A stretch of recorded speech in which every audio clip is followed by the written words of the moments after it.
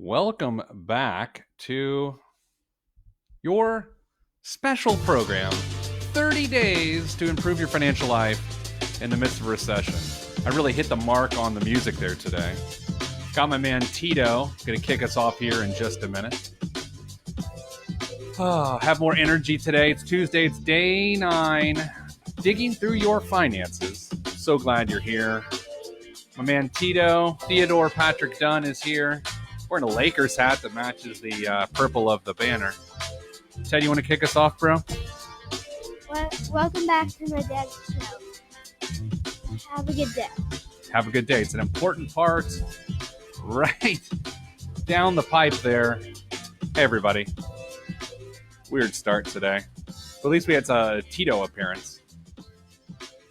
All right, here's what we're doing. 30 days to recession-proof your financial life. It is day 9 of this program. It is also day I don't know what of this very weird period. This is day 7 from me working from home. I don't know what it is for you. We've learned a lot in the last 24 hours about the market, about our economy. We still don't have a stimulus bill. I'm going to be honest with you. I'm a little tired of saying to you, it's going to be here soon. Why am I making promises for these people? It might be here soon. It might not. But it's important for you to know that when it is here, and there is this general sense of relief that we're not left high and dry by our government, don't exhale too much, right? I don't want to be Dunny Downer, Peter Dunn, Pete the Planner, CEO of Hey Money, but I don't want to be Dunny Downer, but I have to tell you, when the stimulus package is approved, it's like being in a marathon and seeing the mile 1 sign as you approach it. That's all it is, right? I know some people see that like, all right, well, we've done something. Not really. Not really. The complexity of this financial problem is immense. So the stimulus will be nice, but I can't even say it's a quarter of the journey of the way back we need to go. We're talking food today here on the program. A couple more notes, though, before we get started. For those that are first-timers, welcome. We're glad to have you. This show will continue for 30 days and maybe beyond, depending on what's going on in our world. I started thinking about something as I've been talking to people around the country about their financial lives over the last couple of weeks specifically. And I've been talking to people who, other than this wild event that we're in, had a pretty good financial life going. They've done some planning. They had big dreams and goals specifically for 2020. And they have come to the conclusion that those specific goals for 2020 aren't going to happen. And there's a lot of frustration around that, a lot of sort of strange shame, because there's this group of people who don't do well when things don't go their way. And there's nothing wrong with that, right? Personally, I have some pretty interesting goals specifically for 2020 that are completely gone now. There's just zero chance. I felt like I was pretty upset about that last week, but then I decided let's just mourn those goals. Let's just take some time, grieve for them, and move on, because the reality is I'm the person that set those goals and planned on achieving them. And so I just need to set some new goals and move the goalposts a little bit. And I think you're in the same boat. If this terrible time we're in is going to prevent you from accomplishing something that you wanted to accomplish here in 2020, I have good news. You're the same person that set those goals, that had the ability to achieve those goals. So whatever new goals you set, and we're going to set them together in the coming weeks, I think you're going to be able to accomplish those too. The whole point of the program, by the way, is to cut at least $500 a month of spending. That is the goal. And I want you to stay at that level for quite some time. I think we're going to be in this sort of economic, we're going to be in a recession for a couple quarters at least, but I think we're going to be in this really rough economy for 16 to 20 weeks, 4 to 5 months. And so I ideally would like you to cut your expenses by that much. Also, I want you to press reset. If you've been doing something a particular way, whether it's been working or not, this is your opportunity to press reset. I heard from this lady the other day in regards to this event that we do every day here at 2 p.m. Eastern. And she said, you know what? I have failed at so much in my financial life. It has not gone well. I make mistake after mistake after mistake, and I'm hurting for it right now.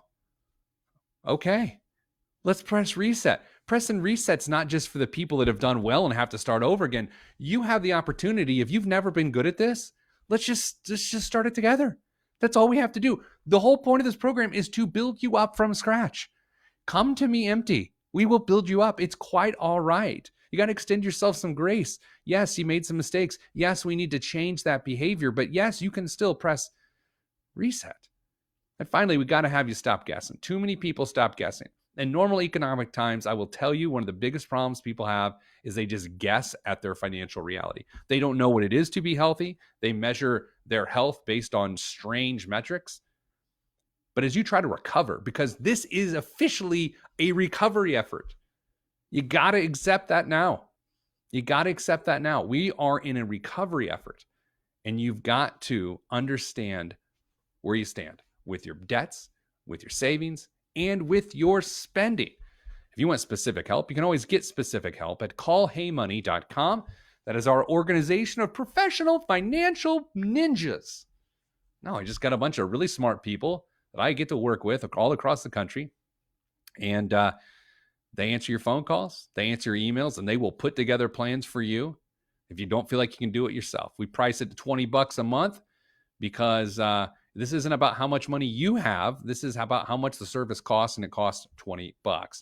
So, listen, if you want to get a discount on the $20, you can. Cheese is the discount code. Cheese, why not?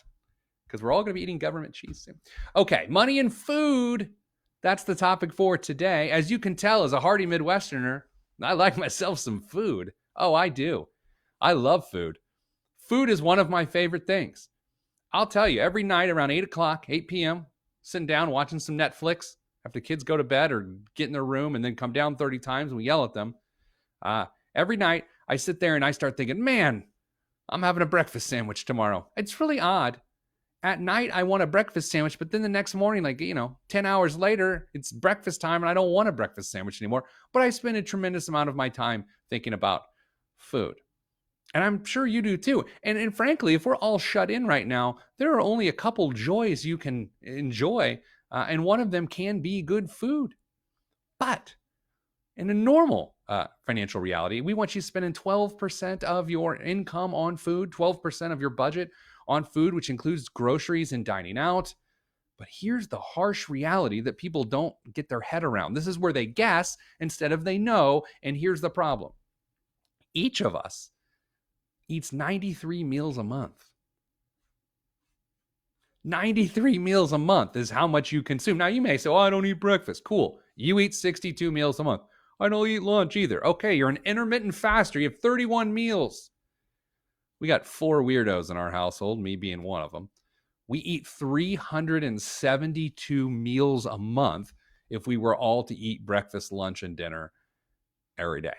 Now, we don't eat breakfast, lunch, and dinner every day, but as you go to plan around your food, which we're about to do, you have to understand the math of how many meals you're eating impacts what you spend on food.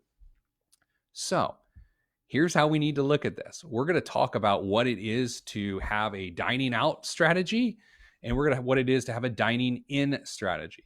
It is my personal belief. This is where I would, if I was on Twitter, I would shorthand IMO.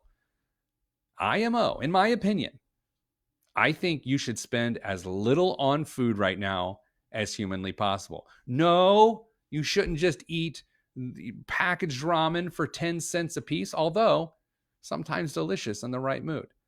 No, but this is about sensible food costs. Why? Because we're all seeking comfort right now. I'm doing a live streaming event for the city of Indianapolis tonight, a great organization called Indie Hub. And it is a cocktail hour live stream. So I'm going to have comfort in that moment by a glass of brown liquor or something like that. Because sometimes those things, food and drink, they can bring comfort. And we all need comfort right now. But you got to watch how much you spend on that comfort. You really do. This is where people get out of control, not only with dining out, which is a little easier to control these days, but even dining in. Let's take a look. So under normal circumstances, I hate saying that, but it's really true. Coffee on the way to work. Now, people love to say, don't go to Starbucks, you're going to go broke.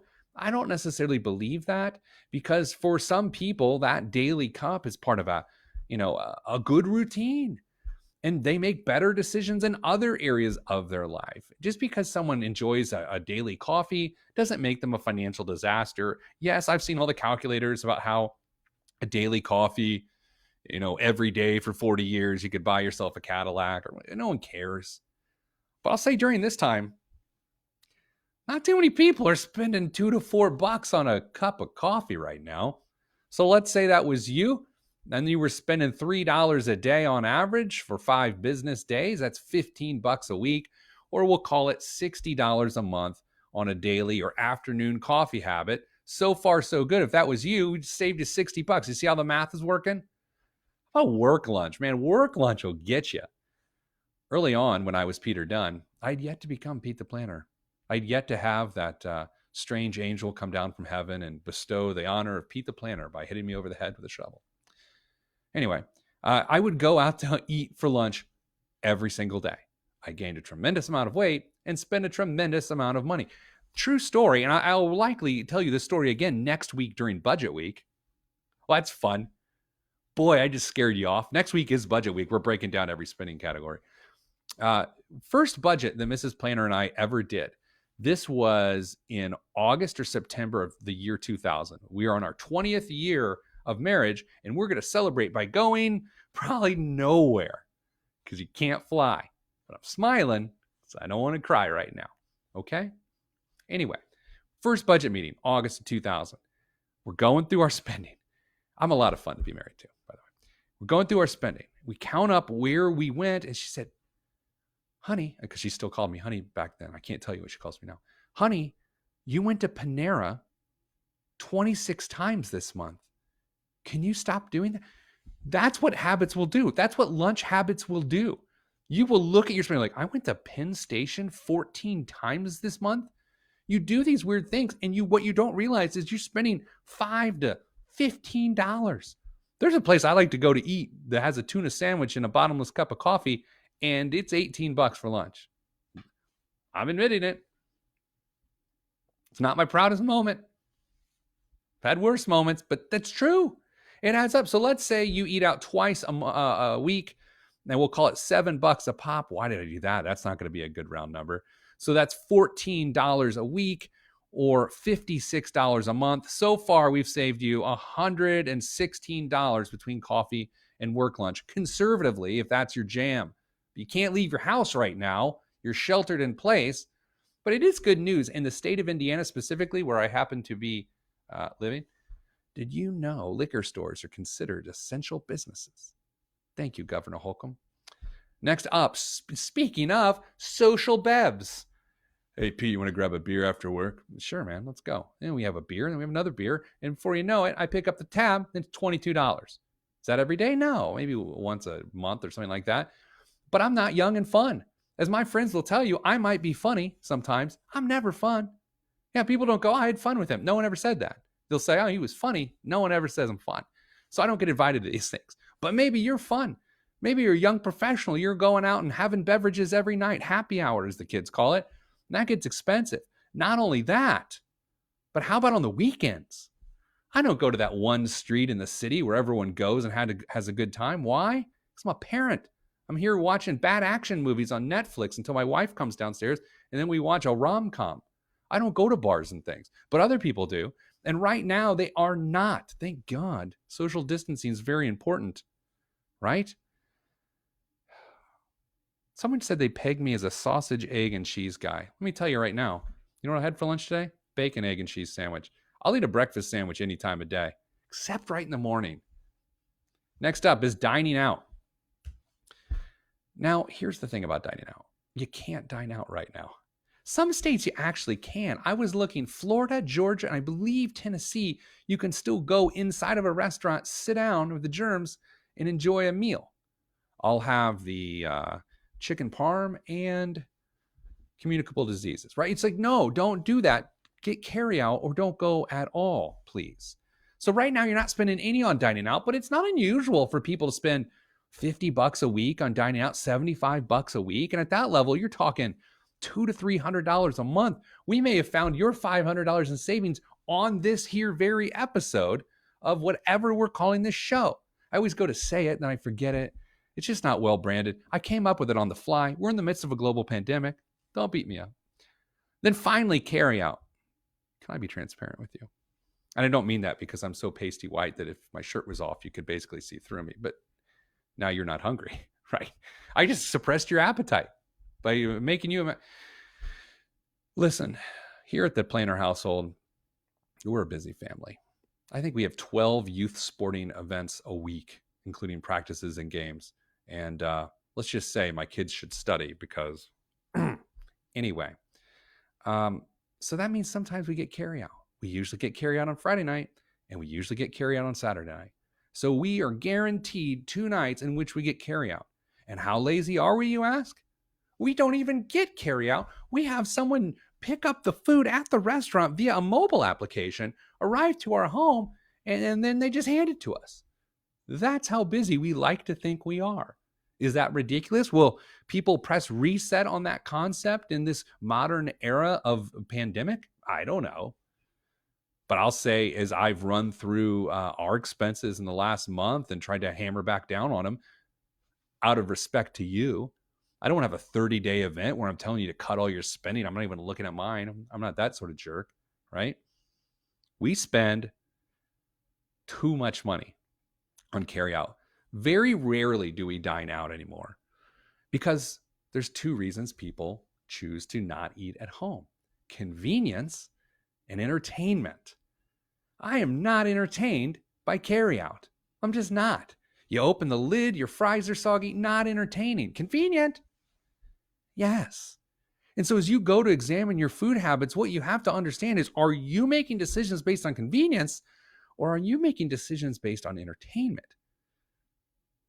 Mrs. Planner's birthday was a couple of weeks ago. She got to celebrate it right before the shelter in place, unlike my daughter and son who just celebrated birthday. Actually, Tito's is next week. Maybe we'll sing him happy birthday on the show on April 1st. Boy, that'll be memorable for him.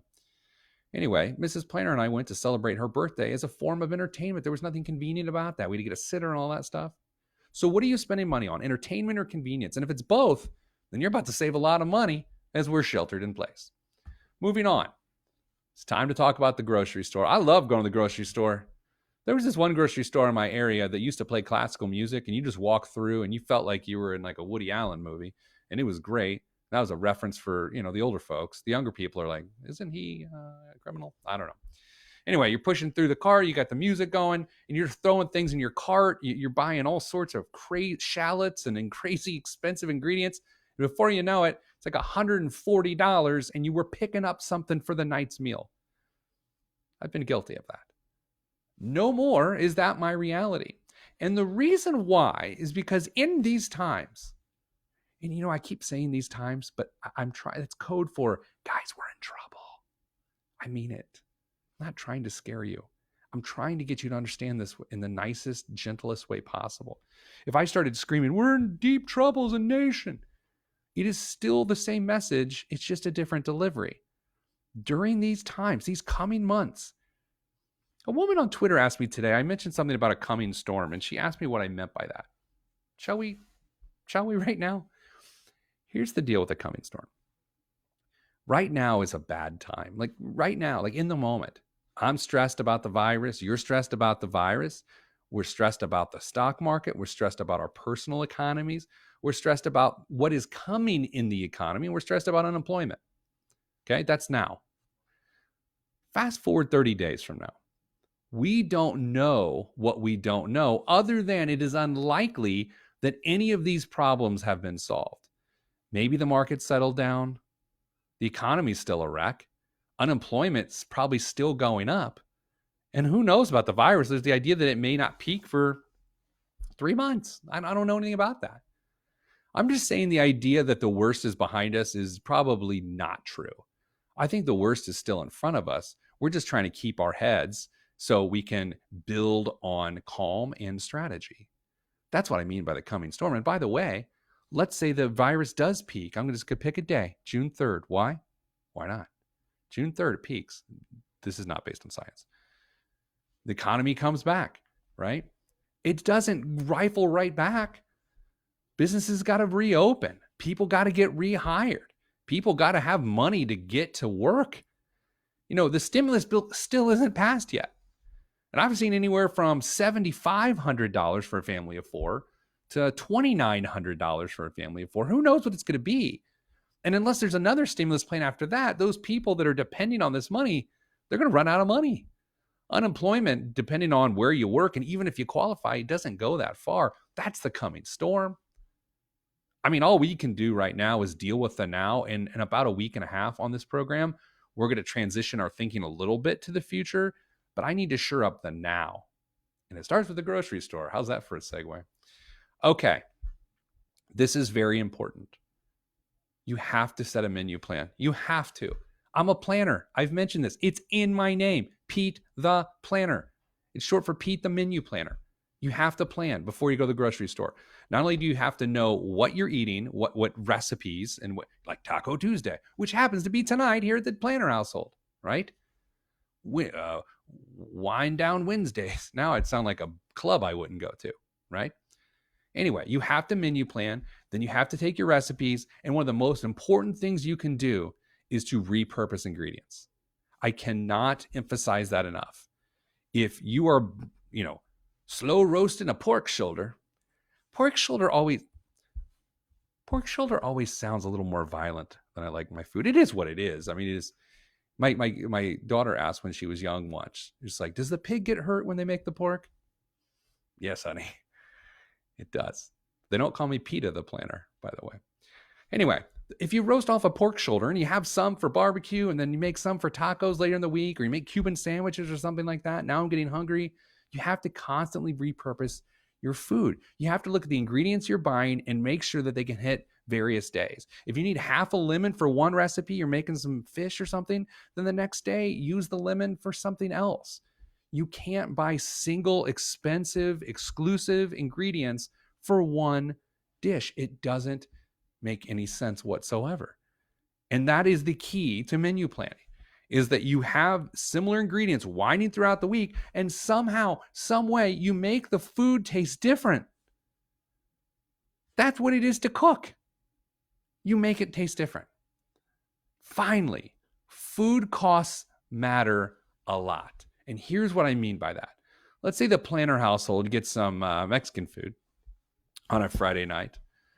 I walk in, I say, me llamo Pedro de pesos. And you spend $40 on getting some tacos, which is $10 per person in our household. That means of the 372 meals we're eating that month, that particular one costs us $10 per person. That would mean that we would spend $3,720 if every meal cost that through the course of the month. That's dumb, isn't it? Well, here at the Planner household, this Tuesday, right now, it's Taco Tuesday, baby. A little ground turkey, I think it costs us $4.99. Got some shells, some cheese we use from other stuff. We got some salsa that's already been open. Talking less than $10. Look at that. You're talking about less than $10, $2.50 a meal. That's a huge difference. A huge difference. And that's how you have to think right now. Going into this recession, if you don't count up how much each home meal costs you, you're doing it wrong, right? Oh, we're having salads with grilled chicken and we're going to make some bread. I've been baking bread, not out of any sort of frugality, just out of practicality the last few days. At lunch break, I'll go in and I'm seriously baking bread every day. What does that cost? Probably less than $1 for like an artisan loaf of bread, which would cost you $5 or $6 if you bought it at a fancy grocery store. Do you see my point? You have to make sure that your food costs look more like the one on the bottom than the one on the top. If you don't, you're going to go broke, even dining at home. And look, there will be special occasions where convenience or frugality is not what you're looking for. You're looking for some sort of contained opulence. We're doing steaks tonight. Well, fine, then you're doing steaks that night. But you're not doing them every night. You're probably not doing them every week. If you're trying to cut your spending, this is the way you got to go. And the other side of this too is if you've lost some income, then your choices are slimmer than this.